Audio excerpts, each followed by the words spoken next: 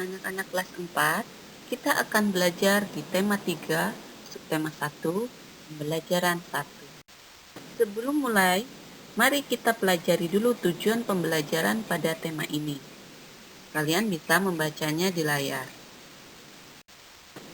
Tanaman padi, makanan pokok rakyat Indonesia, tumbuh di sawah dataran rendah, sumber daya alam hayati, termasuk tanaman biji-bijian, termasuk jenis tanaman rumpun, kaya akan karbohidrat, dan memiliki biji tunggal atau monokotil.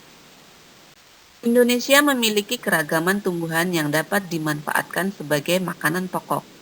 Ada beras atau padi, sagu dan singkong adalah beberapa di antaranya. Beragam tumbuhan tersebut merupakan sumber daya alam hayati yang dimanfaatkan untuk memenuhi kebutuhan manusia. Tumbuhan sebagai sumber daya alam tentunya perlu dijaga keberadaannya. Sebelum melanjutkan ke pembelajaran selanjutnya, kalian bacalah teks di buku siswa tema 3 halaman 1. Setelah membaca teks bacaan, kalian jadi tahu tentang bagaimana padi tumbuh. Padi adalah salah satu tumbuhan yang ribuan jenis tanaman yang ada di bumi Nusantara Indonesia. Padi adalah sumber daya alam hayati yang harus dijaga keberadaannya. Keberadaan padi sangat penting guna menjaga keberlangsungan kehidupan rakyat Indonesia sejahtera.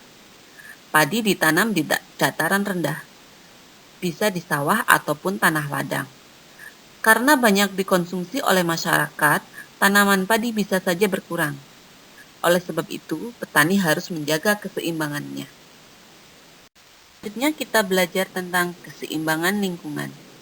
Kita pelajari dulu pengertian lingkungan adalah segala sesuatu yang ada di sekitar manusia yang mempengaruhi perkembangan kehidupan manusia.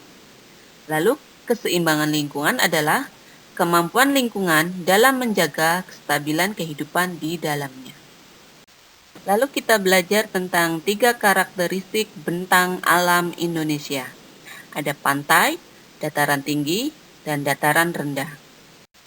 Sebelum mulai, mari kita pelajari dulu tujuan pembelajaran pada tema ini. Kalian bisa membacanya di layar.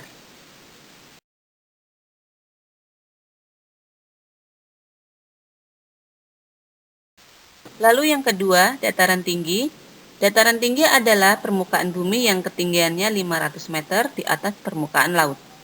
Dataran tinggi biasanya dimanfaatkan untuk peristirahatan, objek wisata, dan usaha perkebunan. Selanjutnya yang ketiga, dataran rendah. Dataran rendah adalah permukaan bumi yang datar dengan ketinggian kurang dari 200 meter dari atas permukaan laut. Pada umumnya, dataran rendah berada di sekitar pesisir pantai. Demikianlah pembelajaran tema 3, subtema 1, pembelajaran 1. Sekian dan terima kasih.